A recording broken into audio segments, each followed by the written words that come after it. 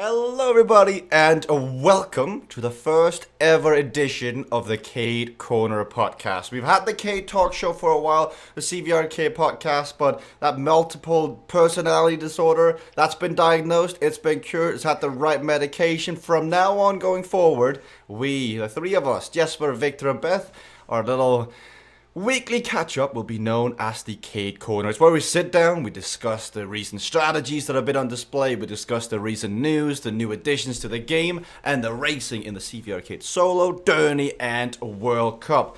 But I think, first of all, Beth, welcome back. Last week wasn't quite the same without you. How you been?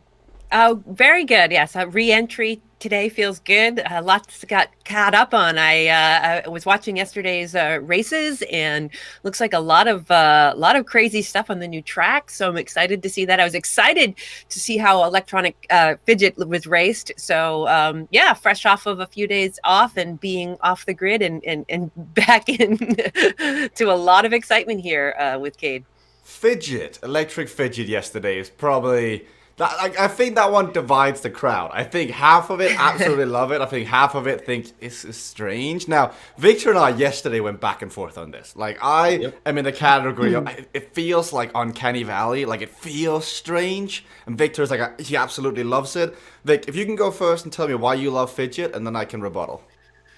Right. Okay. So why I like the map Electric Fidget. I think it's a very different, and we've had discussions in the past about what we enjoy to see, and I think everyone likes to see crashing and the skill part of the game, and I feel like that map just gives that sort of there's the corner speeds, and then there's a skill level, but there's also the endurance of it's a long lap, and we saw it yesterday. Casey Shum, he's done his research. He's been on a controller because I've been trying to beat his time on a controller myself. So I know it's a very, very good time. And we just saw that come through yesterday. So the reason why I really like it is because it rewards a person, researching and playing the game more, which is what we want. And I feel like, especially on that map, it shone through really. So that's my argument why I really liked it. I think it's just so strange because that is where the game is headed. Once we get a player base on, everyone gets accustomed. It was Moti who said it best. Do you remember when Dust Bowl Crit was the most technical map in the game and everybody would crash? Now, you rarely see one or two crashes. Fidget feels the same way. So I understand that as the skill gap improves, we've got to bring up the technicality of the maps. But yesterday, as a broadcaster, commentating on 8 crashes from Moti, on 6 from Timothy, on hilarious. 6 from Sebastian, it's hilarious to watch. But from a racing perspective, being incredibly selfish from a commentary point of view, I'm like, right, what's happening here, guys? Are we? What is this? Is this kindergarten? Everybody is falling down. But it did have exciting finishes, though. You had Casey versus Quinn. You had, it did come to a finish, exciting finish. So I don't think the skill gap was definitely there, but you definitely had a few people that were close, which I think made for some exciting racing. Beth, as a late viewer of the racing yesterday, catching up, what was your take on Electric Fidget? Well, I did, before I left on vacation, I did some fast laps on Fidget, just solo by myself physically, to kind of learn the map a little bit. And those switchbacks, and then there's a switchback with the loop-de-loo. There's a spot that I just consistently crashed. And then when I left, I was like, I would love to race this map. I would love to race this map. And then to watch everyone race it yesterday, it felt like, well, geez, if I make a mistake, that's my own jeopardy. But there's also a chance that someone else could make a mistake. So I think the mindset of racing is I made one mistake, I got to hold my position here. But this was like, well, I have to keep the pressure on because there could be a mistake made by someone in front of me. So lots of opportunities to come back. And excuse me. The other thing about that map is that some of those where the inclines are, and I saw Quentin do a couple attacks on those climbs, it just can be raced differently, not just the corner speeds, but the inclines and where they are. That's what I found really interesting. I was like, oh, I have to slow down for this corner speed. I'm like, no, I have to hammer on this straightaway because it's up.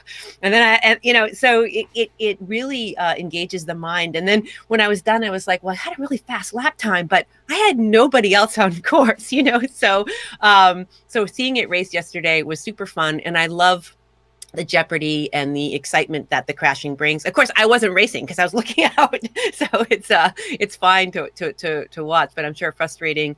But you have an opportunity to win still. But I also think it speaks to the excitement of the map that's the one we're talking about today. Like Dashed Against the Rocks, 4 races yesterday. Everyone, I would say, is more exciting. Like Nigel, Quentin, Timothy. Yeah, we talk about Fidget. Like we're talking about Fidget right now over Dashed Against the Rocks.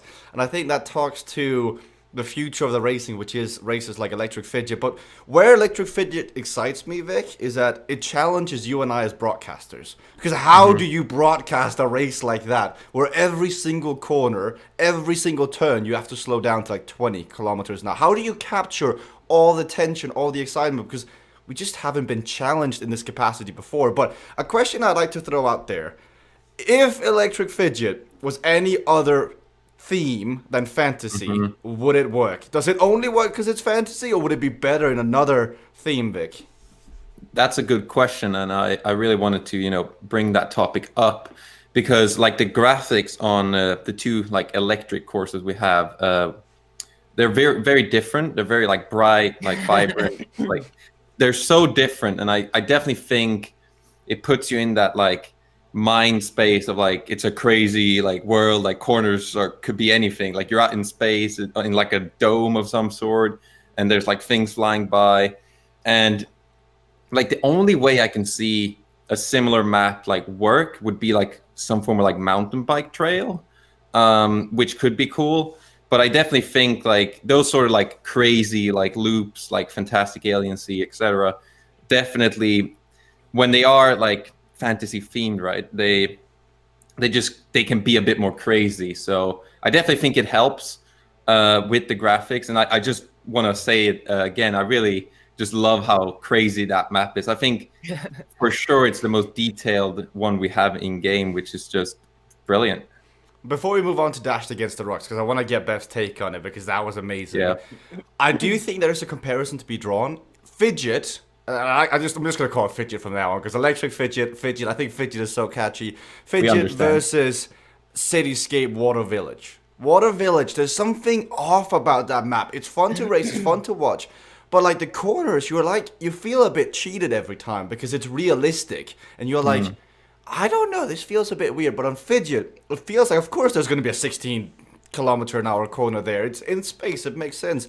But when you're trying to replicate real life, you're like, I don't know about this. So it's an interesting thought experiment. Love to hear what the community thinks. But Beth, Dashed Against the Rocks, 4 times it was raced. 4 times. I think I was screaming my lungs out.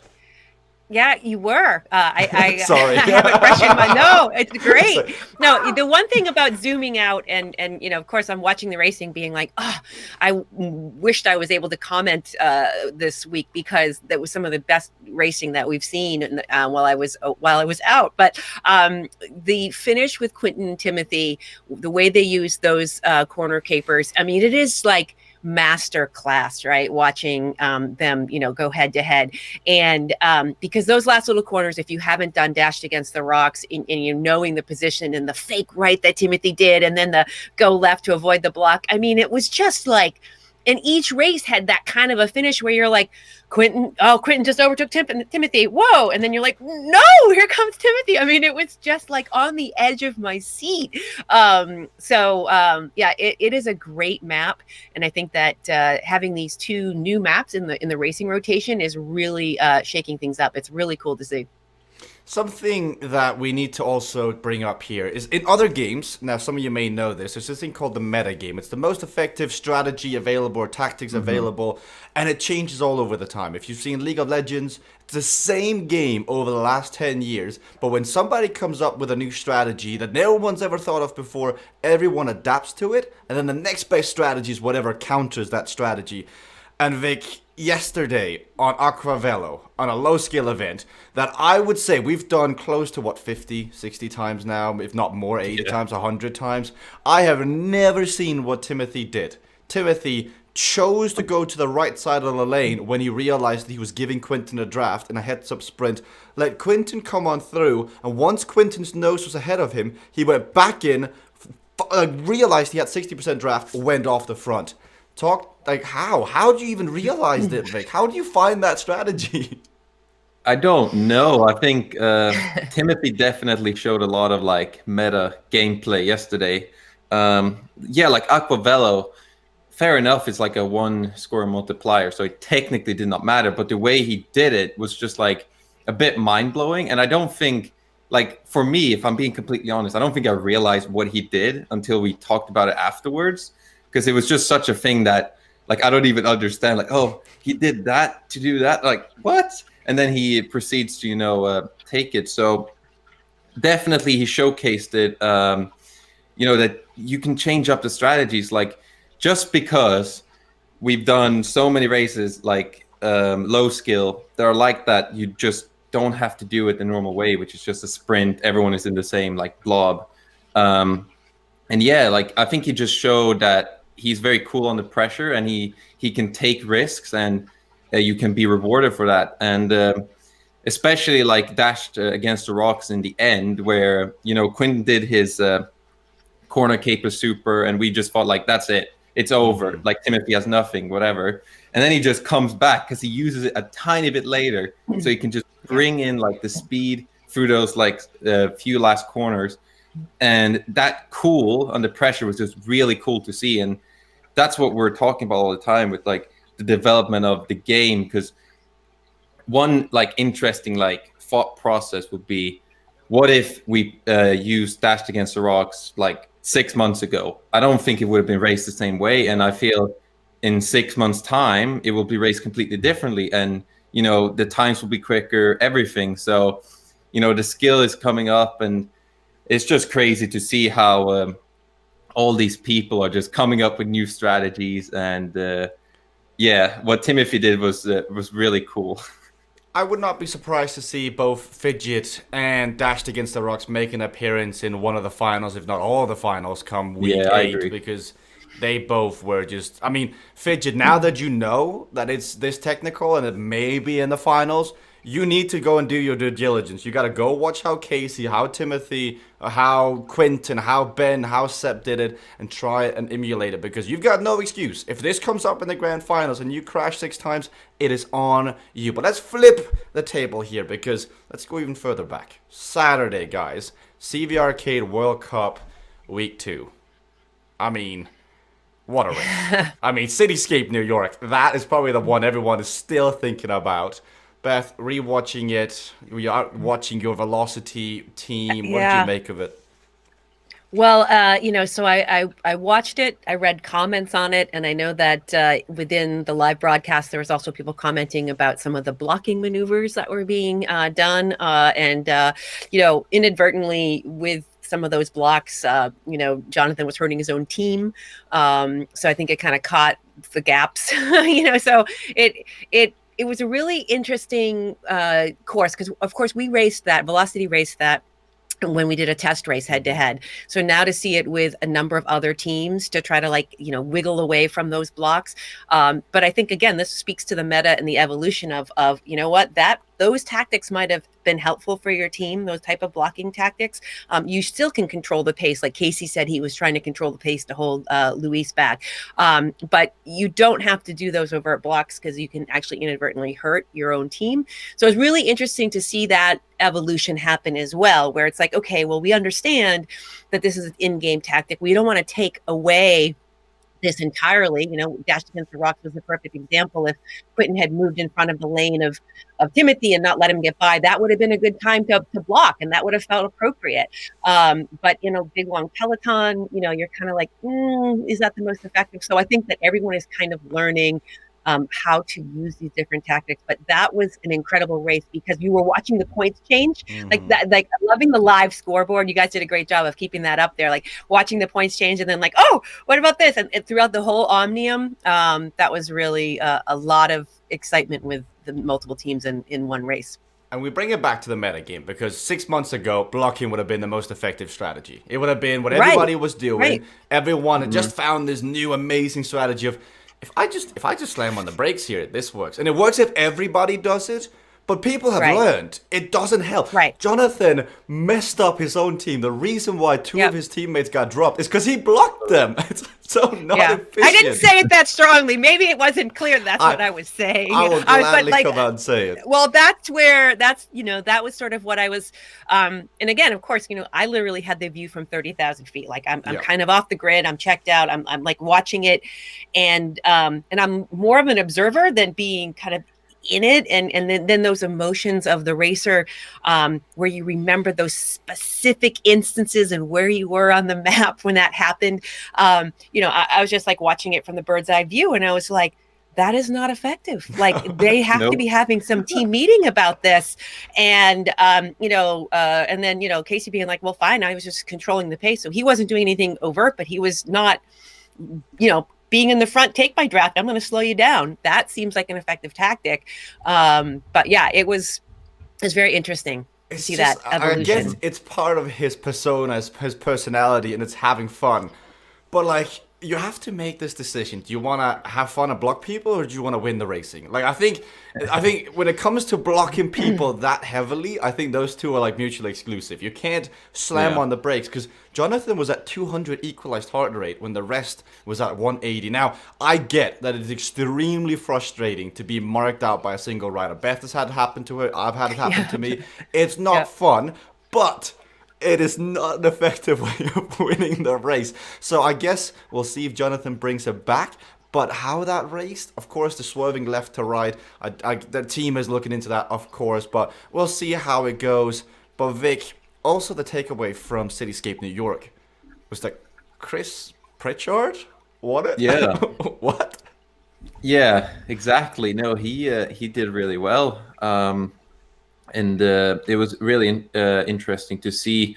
One thing from Cityscape I think we should take away is kind of like that, like recreate that sort of racing dynamic, because we had the big group, like the main group, then we had like this breakaway, and it just played out in a really, really like interesting way.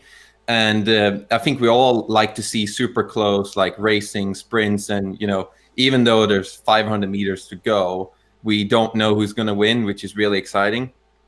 And also touching on Jonathan, I just feel like his tactics he kind of feels like this like old school guy. It's just like, blocking is the way I know. That's why I'm doing it. So we'll see if he changes up his tactics. But then again, I mean, I kind of enjoyed it, because it's this like wrecking ball in the group, like causing mayhem, whatever. But yeah, like just throwing marbles. Yeah, exactly. Banana peel drop. Exactly. Yeah. That's what he likes to do. But yeah, I think just like Cityscape type maps for the CVRcade World Cup just works, because what we want to see is super close racing where every position matters, like the captain.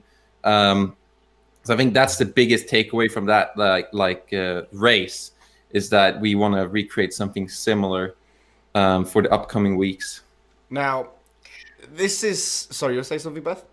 Yeah, just one thing about we were talking about tactics and stuff, and the reason why I like the way that was raced was because uncrashable was an ability. Mm-hmm. So that allows for the pack dynamics and lane positioning to really work. So I think having one race in the World Cup that allows it a little bit longer, allows those tactics to unfold, is really interesting. So we have the high tech tracks, we have the obstacle tracks, and all the things, but with a just course like that where it's kind of hard to exceed the corner speed, but you have uncrashable on, so you can kind of take those risks and change lanes and get into position. I think that makes it really interesting for team dynamics. I just wanted to add that I liked that uncrashable ability in that particular race. I think everyone did. I think that one, not that particular race, but like that format will be replicated going forward in the racing. Now, something, since we do have one of the team leaders of Velocity here, when we look back at the results, Beth, there's a question, because preliminary, you guys did win it. Now, officially, it was changed around as the official team went in and took a look at the results. Now, the results have been shared, so if you want to look at how the breakdown of that is available. But two things first, Beth. One, Velocity lost because CVRcade didn't finish the first race. She did not finish it. And second of all, you got 4 riders in the race. If any, by the way, I love Vibeke. Vibeke is amazing. But if anyone but Vibeke had been the captain last Saturday, you guys would have won. Well, I mean, the thing is that, it's like any given Sunday, right? You don't know who is going to take the day. And, I think any team, whether it's our team or Cognition or Cycling Hub, they're all making the decision based on someone's legs, what the maps might be if they know. So, I mean, you can't go back and, do Obviously that not. Monday morning quarterback thing, right? But I think that what I did note was that there was the preliminary results, and then there was the results. People were like, wait a minute, scratching her head. Wait, I thought that Velocity won. And I think that what we all need to remember is that the results are preliminary. And one of the things that again, my view from 30,000 feet, and this is my own team, that is like, we have this intense scoring mechanism that is live, right? I mean, there is no other live cycling game that can do this type of live calculation on the fly, right? So this scoring thing is very integral to how we race. And I think that, that it's only going to get better. And I think that the way we've been promoting it and showing it on the stream also is helpful for the viewers.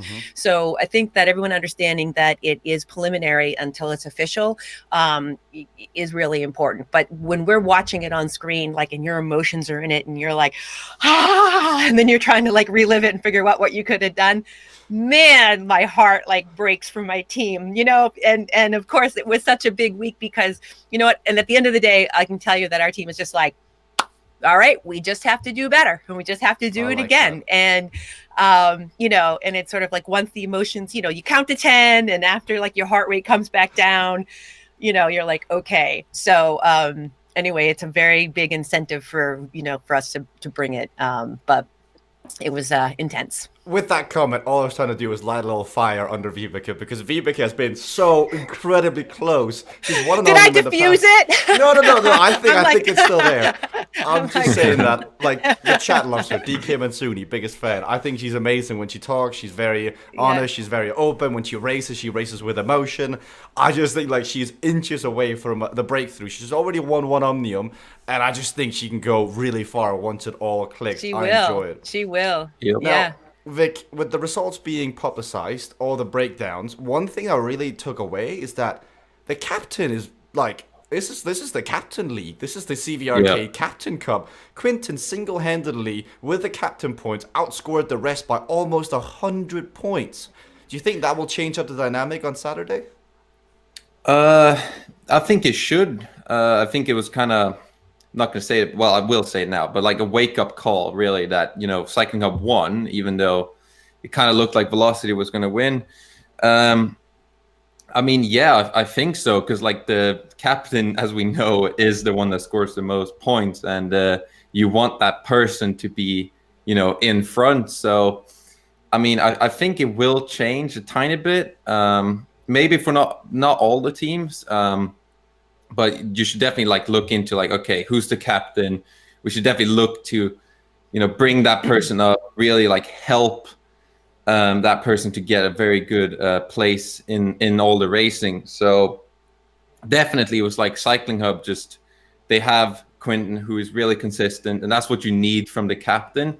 So you can look at the riders you have in your roster and see who's the most consistent, because Vibeke can do an amazing Omnium, but maybe one day or 1 week she doesn't have that good of an Omnium, and then it doesn't really matter. So I think we might see some changes in the captains to get the most consistent rider, who performs well each week. So it'd be interesting. I really hope it does change a tiny bit, because the team league I think was amazing racing, the one we had almost a year ago now. So if we can bring back that sort of racing even more, amplify it, whatever, I feel definitely it will be some fun racing up ahead. I think what we might see as well is that, you're saying, the captain needs to be consistent, and that is true. The captain needs to be up there, but the captain can't do it on his or her own.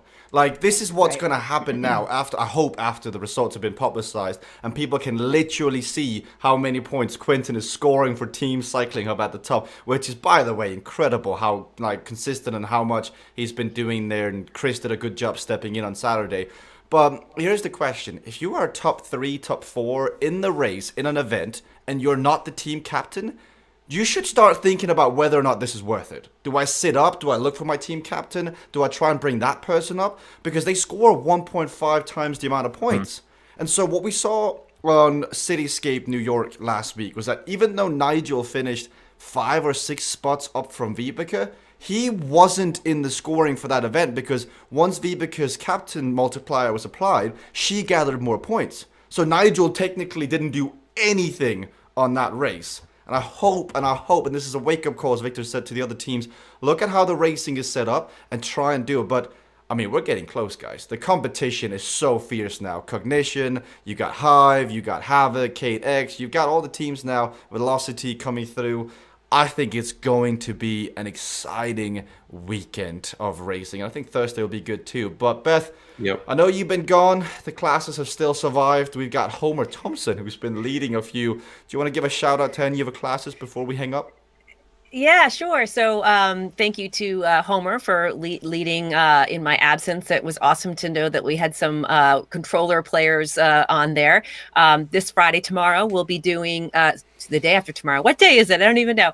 This Friday, we know what the races are going to be next week. So I think we're going to do some recon on the maps that will be raced next week, which is what we try to do. So we'll be practicing some tactics and race simulation. It's recovery, onboarding. So bring questions. Kayla's been doing her classes 3 times a week. Those are also, like a climbing class, a beginning class, all about onboarding new riders. I know she's had some controller players as well. So physical, non-physical, come out and ride and learn a little bit about the game and get some practice in, and don't blow up your legs. That's kind of what right now the classes on the non-race days are about, not blowing up your legs, but learning gameplay tactics. So it's been fun, and thank you, Homer, for leading. I feel like he needs his own class because he's a very popular person. So I'll see if I can maybe twist his arm on that. That needs to happen. I would show up. This needs to be a class of Homer Thompson talking and riding his bike for an hour. I would just sit there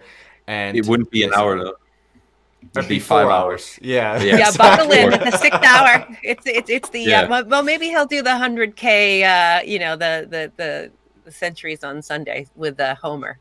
Incredible. But as Beth mentioned there, guys, we do hear you. We do hear the community. The events now, the races, the schedules will be released 1 week in advance. Now, it's only this week that you'll still get the Derny Cup 1 day in advance, the CVRcade World Cup 1 day in advance. But with that, you also get next week. So going forward, all the races will be announced 1 week in advance. That should give you plenty of time to practice, to theorycraft, to strategize with your teammates. And I hope that you guys do realize that the team is incredibly busy right now. I mean, there is so much happening behind the scene. CVRcade is just never-ending improvements coming from every category. Now, you may not always see it. You may sometimes have your head focused on the racing and be tunnel-visioned.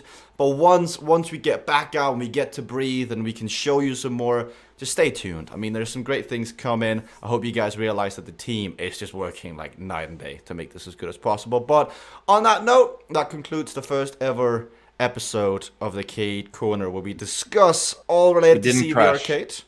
Yeah, drive fast, take chances. We all had corner cape run for this one. We might have to take it off next time. Maybe. Exactly. see how you can maneuver once you've got path of least resistance on in a corner. We'll see, anybody. Thank you so much for tuning in wherever you're listening. Make sure to give it a like, maybe subscribe here on YouTube. But we'll see you next time for more CADE Corner.